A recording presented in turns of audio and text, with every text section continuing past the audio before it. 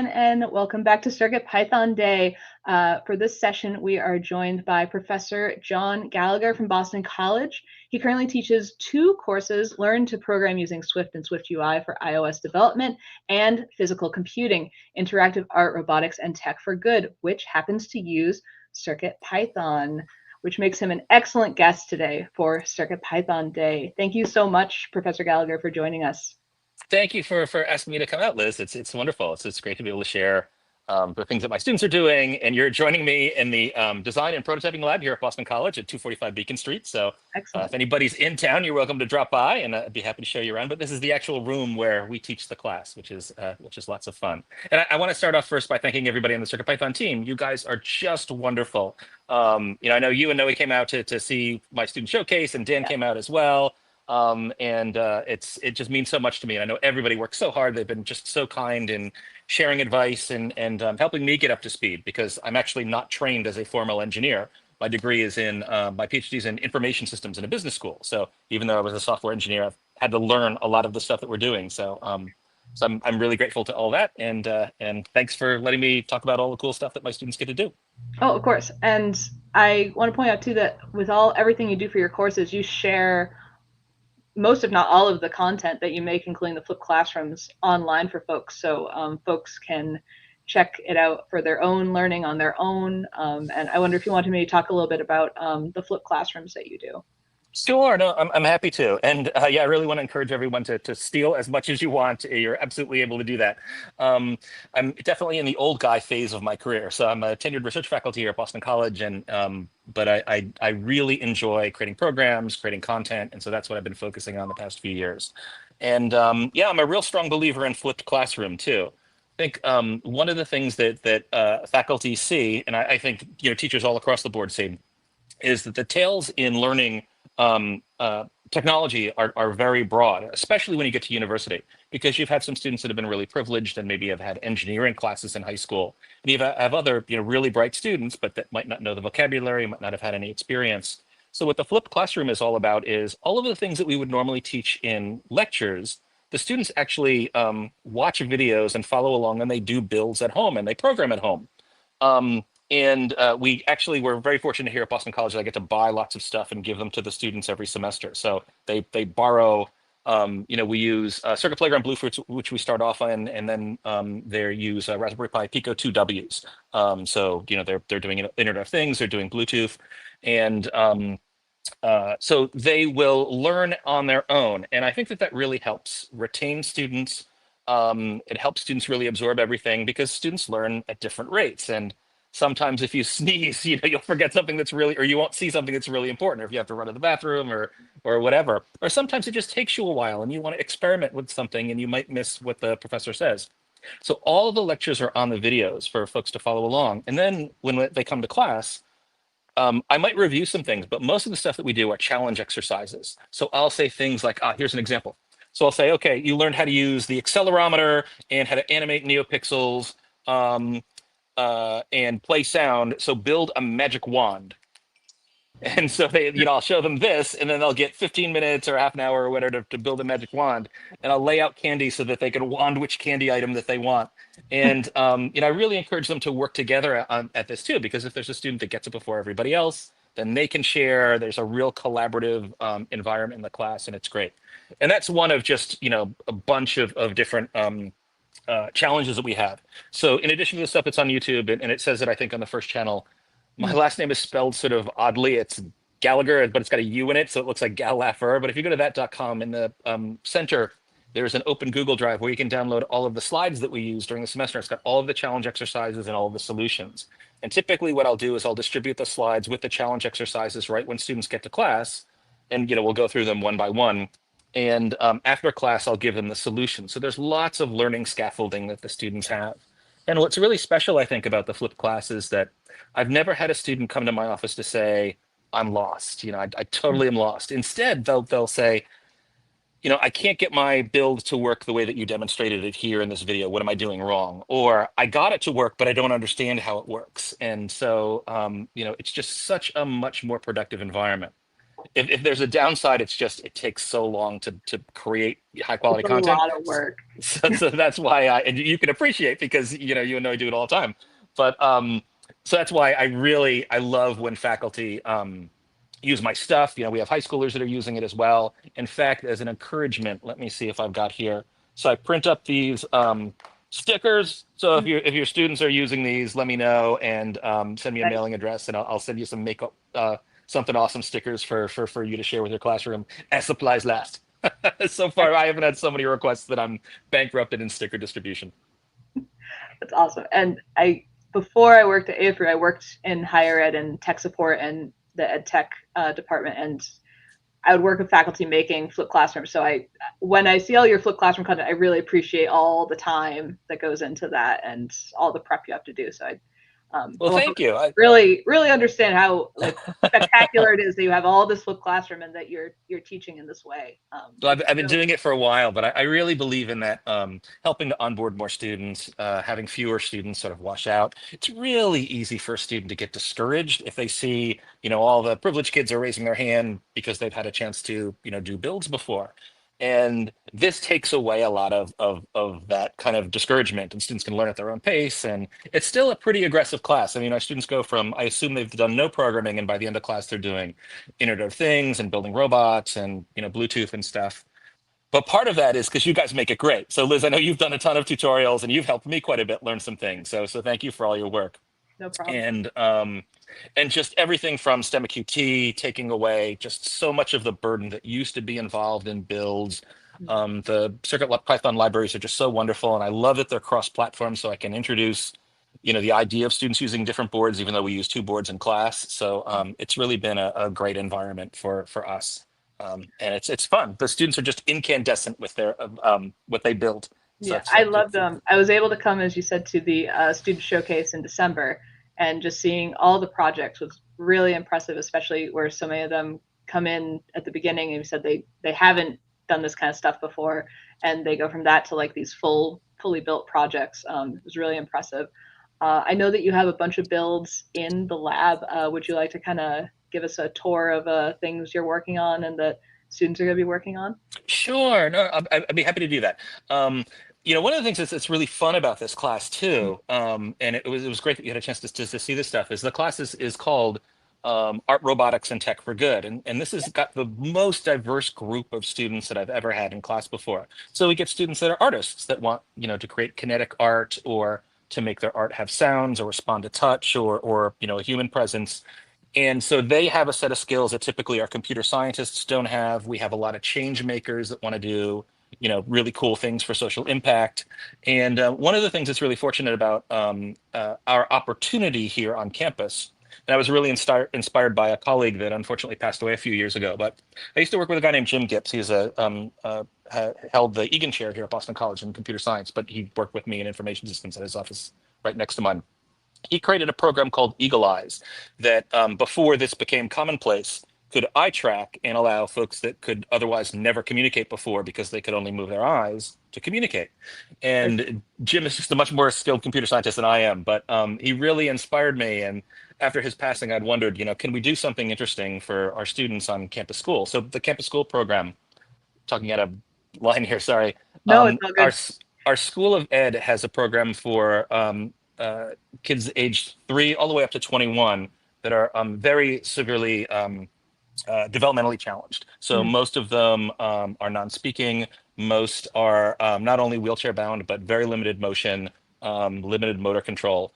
And so they have a lot of needs for all sorts of accessibility projects. And so our students have done everything from, creating different projects so that the school books will come alive like a magic tree house and there'll be a moving magic tree house or things like that, or Pete the Cat. One of my students did the very hungry caterpillar where you could feed it and RFID chips would go off and the caterpillar would light up depending on what you fed the Oh, that's caterpillar. awesome. So yeah, it was really wonderful.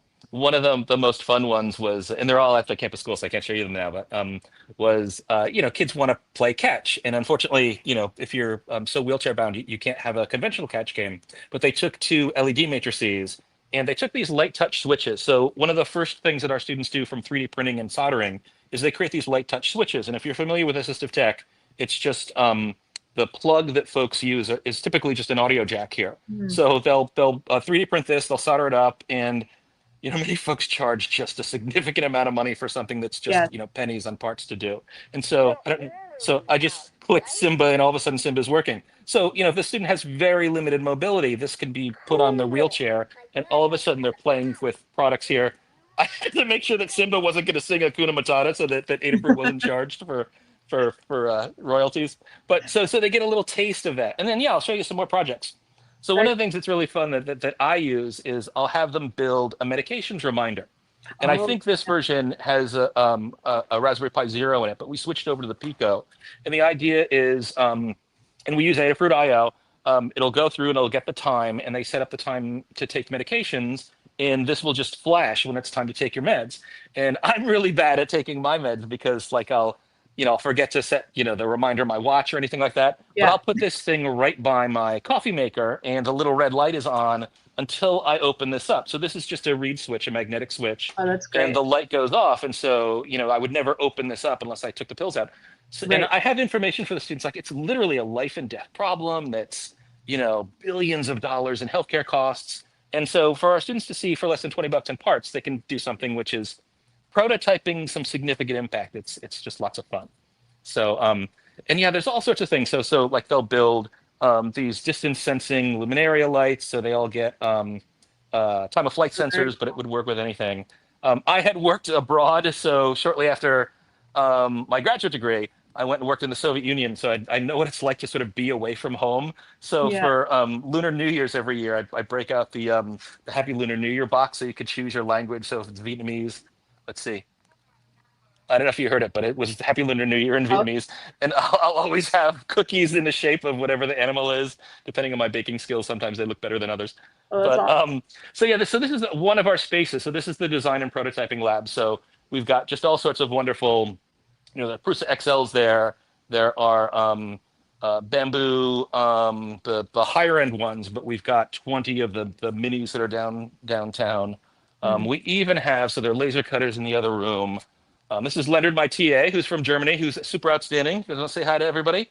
So Leonard was a student, so the A students always get hired as TAs, and I appreciate all the great work that he's doing. He's a much better 3D printing fabricator than I am.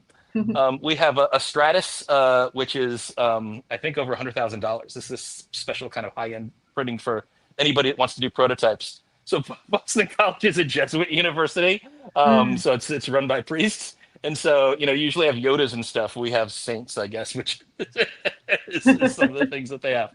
But some of the projects that our students will see. So let's see. So one of the things that we're going to put outside is we're prototyping it right now. But the sensors, I guess we're calling these sonic pillars.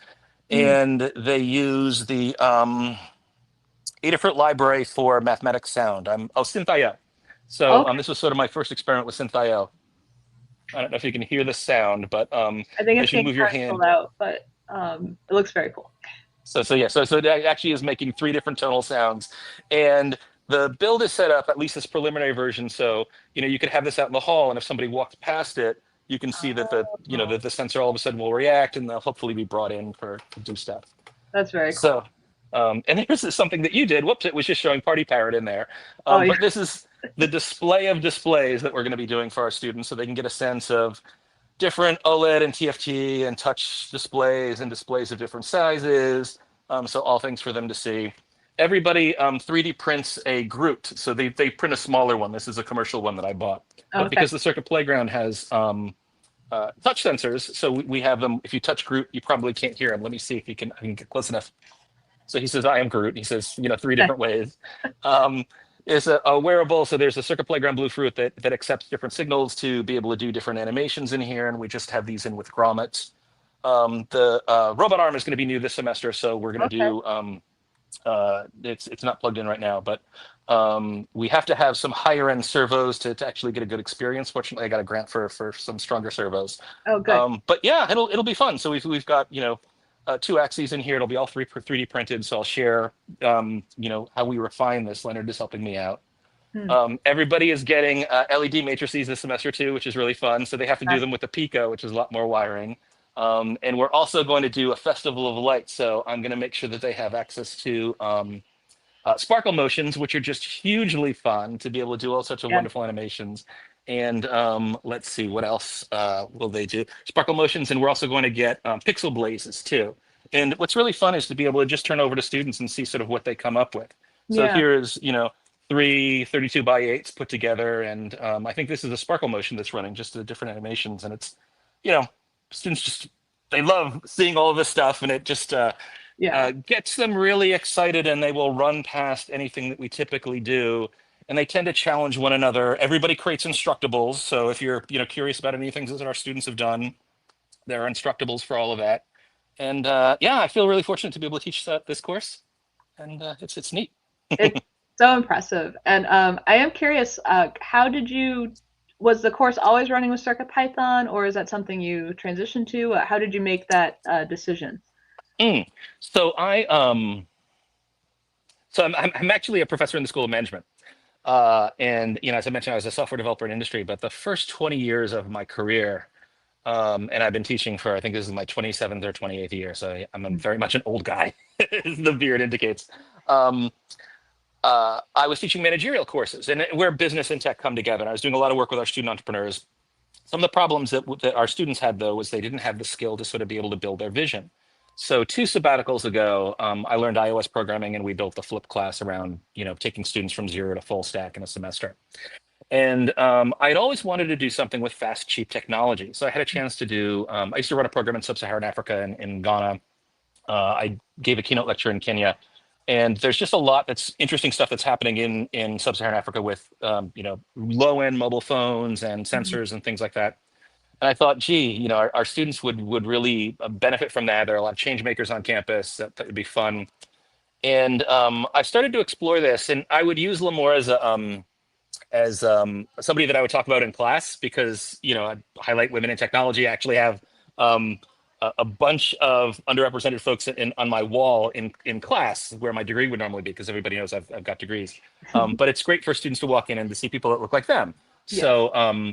So I would talk about Lemoore and say, wow, you should really look into the CircuitPython stuff and maybe buy some of the stuff from her firm. And then began to realize, she really is like the leading person in the field, and all of her stuff is open source. And I really admire what she has built. And PP has been very kind to me and my students too. So I started learning this all on my own, and I recognized how easy things were with STEMMA-QT.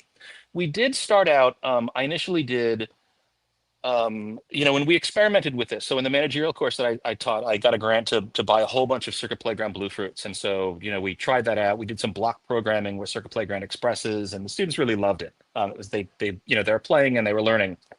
So I thought, well, can we build a full course around this? And we started with Circuit Playground Bluefruits, and then we went to Raspberry Pi 3A pluses.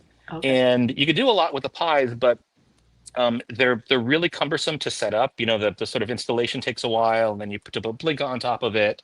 And so when then we switched over to Arduino when the new first Raspberry Pi chips came out, and they had an Arduino with Wi-Fi on it. And Oh, then when the Pico Ws came out, I mean, $7, you get a Python Wi-Fi device. It's awesome. And now we're upgrading to the 2Ws this semester. nice. That has really been great. So I really not found anything that we couldn't do through like Adafruit IO or Wi-Fi or something that we wanted to do in the Pico. So our students do robotics, and one of the things that's really fun is they'll do uh, they'll build then with Adafruit IO a dashboard for press this button to go forward or backward or left or right or play sounds. So we Mhm. have their robots like wheel around, and also they can trash talk people or say kind things to people. They can distribute candy in little bins that they'll attach. And yeah, I mean, all that is super easy to do because of everything that you and the team have done. So it's great. So that's what we're doing right now is we'll start off with the Circuit Playground Bluefruit, and it's just so easy because they can alligator clip stuff to it. And we can add a STEMMA-QT expansion to that as well really easily with the 4 alligator clip Yeah. on. And one of the things that's really nice about starting that too is that we're able to contrast, okay, how easy it is to migrate from one board to another. They'll take a lot of the things that they learned on the CPB, and then they'll move that over to the Pico 2W. And then we'll do more things with Wi-Fi and stuff with that particular board. But yeah, it's been great, and so that's where we are right now, and we'll do more every semester or alternate what we can do, and depends on what I get grants for, so I can buy stuff for my students. We're really lucky. I recognize that not all institutions can like buy their students tons of stuff and distribute it, but even if your institution is fortunate enough to be able to buy Pico 2Ws, which are what, $8, and then Yeah. a breadboard and a NeoPixel strip. I'd dive in and do that right away, and that's what we do right away. Is we'll have students working with NeoPixel strips or the lights that are built into the CPB, and that thing is loaded with sensors for $25. Um, and as opposed to let's do a resistor and a single LED. Now we'll Yeah. we'll throw them right into doing wildly cool stuff. And this is a class where students say, I show my roommates my homework. I FaceTime my parents and show them what I'm building. And we'll actually have a student showcase at the end that you and Noe went to. And we'll say parents can come in, former students will come in, we bring in pizza, we invite employers. And the students, again, they're just incandescent with everything that they've built. So they have to do a final project and an art project and a system tech project, and they glow. It's really fun to be able to be part of a class that empowers students to use so much interesting creativity and learn new skills and run from there. It's so impressive, like truly. And just the range of projects are just so impressive too, as you showed, like assistive tech to art to everything in between. I'm curious, you probably don't want to pick favorites, but are there some kind of standout projects you maybe want to talk about, or Oh, there maybe there are. years? So this past semester there was a student named Siga. She's one of my undergraduates from China. She did her assistive tech project, and it was actually based on an Adafruit project. So there's something on the site that uses solenoids to tap a xylophone. So Oh, the idea was, some of the students want to play instruments that are in wheelchairs and severely yeah. motion restricted. So what she did was she set that up with solenoids, but then she made these capacitive touch fabric little blocks that could extend from the xylophone itself, so that a student could just tap this very large target and do the equivalent of Yeah. what it would be like if they had a hammer to tap one of the notes on the xylophone. And she'd also set it up so that if they retained their hand on it, it would repeatedly tap. Oh, So it was really cool to sort of see that and to see the students light up when they had a chance to try that out. So that was one of the really fun ones, and it was cushioned with fabric, but they were on blocks, and it was really thoughtfully designed. Let's see. I'm a coffee drinker, so a couple of semesters ago, somebody made a coffee maker with they you did it all in CircuitPython, but they used a Raspberry Pi for that, and they had a heating element and something to weigh and grind the beans. And what's wow. really fun is we don't do anything with sort of digital scales or heating elements in class, but Hmm. after they've learned a few things, they're really comfortable diving into another library and trying new technologies and things like that. So I think that's one of the coolest things to do, is to see, students really start to feel comfortable because they've learned so much to, stress or to stretch themselves and do, cool stuff that they had not thought at all they were going to do at the start of the semester. Yeah, yeah, I bet. And I was seeing that too, that some of them were using sensors that like we knew about because we were Adafruit, but that clearly weren't necessarily part of the like materials of the class. So they had really been able to kind of expand out and kind of look around and find things to integrate into their projects to meet their goals. So that was really cool to see. Yeah, I get students all the time that do stuff that just amazes me. I remember the first semester that I taught this class, and we have some extra stuff that the students could borrow. But a student did all with Circuit Playground Blue Fruits. Um, he called it liquid light, and he had these different containers that looked like cylinders. And I'll share this with you, or we can share online a link to it. But he had LEDs all around what looked like a glass, and then he had different spigots set up, and so you could put it under, and RGB would go in the different. Like it seemed as if it was pouring from the fountain. You would see the lights light up. But Very then if you moved it, it looked like the liquid was sloshing around in the bucket or in the little container, and then he could pour from one to another, and the lights would actually change to look as if they were pouring, and the Oh colors would wow, mix. that's really So it was one of those things where all of the students that watched this would go, oh, and they would gasp. And, it's really, I love seeing my students just become badasses. And what's fun is like a student will do that and another student will say, oh, she's in my philosophy class and she did this really cool thing. I wonder if I could do that. Or they'll have, this sort of knowledge transfer from semester to semester, in addition to, having the instructables that are on. And yeah, it's great. That's And amazing. they're now at the point where they're teaching me, which is wonderful. That's great. Well, thank you so much for chatting with me today, Professor Gallaugher, on CircuitPython Day. I know you mentioned some resources where folks can find more about you, and I'll have links down in the description, but do you have any other places you'd want to point people to? Oh, gee, I mean, your stuff is just fantastic. All the stuff that happens at Adafruit, which is great. Um, I do encourage my students to leverage social media, to definitely Discord. The Discord has just been fantastic. I'll tell my students, I'm on there quite frequently. Just sort of, I feel guilty sometimes because I'm such a taker, but I will ask, and then within 10 minutes, somebody on the CircuitPython team or a really skilled developer that's way more skilled than I am will give me an answer. So definitely leverage the Discord. And yeah, faculty, I'd really encourage you to dive in. This is this wonderful opportunity to be able to do something that's interdisciplinary, that really gets students excited. It's a very different way of students sort of learning to program, to gaining confidence with technology. And thanks to everybody in the team. So if I can think of more resources, I'll share, but I'm sure you guys are way more plugged in than I am. Um, so thanks. And also, like, faculty, if you're doing cool stuff too, share it in the comments in the description. And I'd love to leverage your stuff and check it out too. Excellent. Yeah, I mean, one of the slogans for CircuitPython is code plus community, and I think you are definitely a beacon in the community, making all this content and sharing it for education. So really appreciate you coming by and everything that you do. Well, thank you for shining a spotlight on my work, but also my students' work. I really appreciate that. All right. Thank you so We'll much. keep at it. All right. Thank you, Professor Gallaugher, for coming You by. can always call me John. The reason why I put Prof G in as the thing is just because that's why I say I am in the video, and my students call me Prof G. But no, you're always welcome to call me John Liss, so no problem. Okay. So, all right. Well, thank you so much, and that'll do it for this session. Thank you. thank you. You're dynamite, and my best to everybody on the team. I really appreciate it. It's so kind of you to think of us. Of course. Have a good one. Bye bye.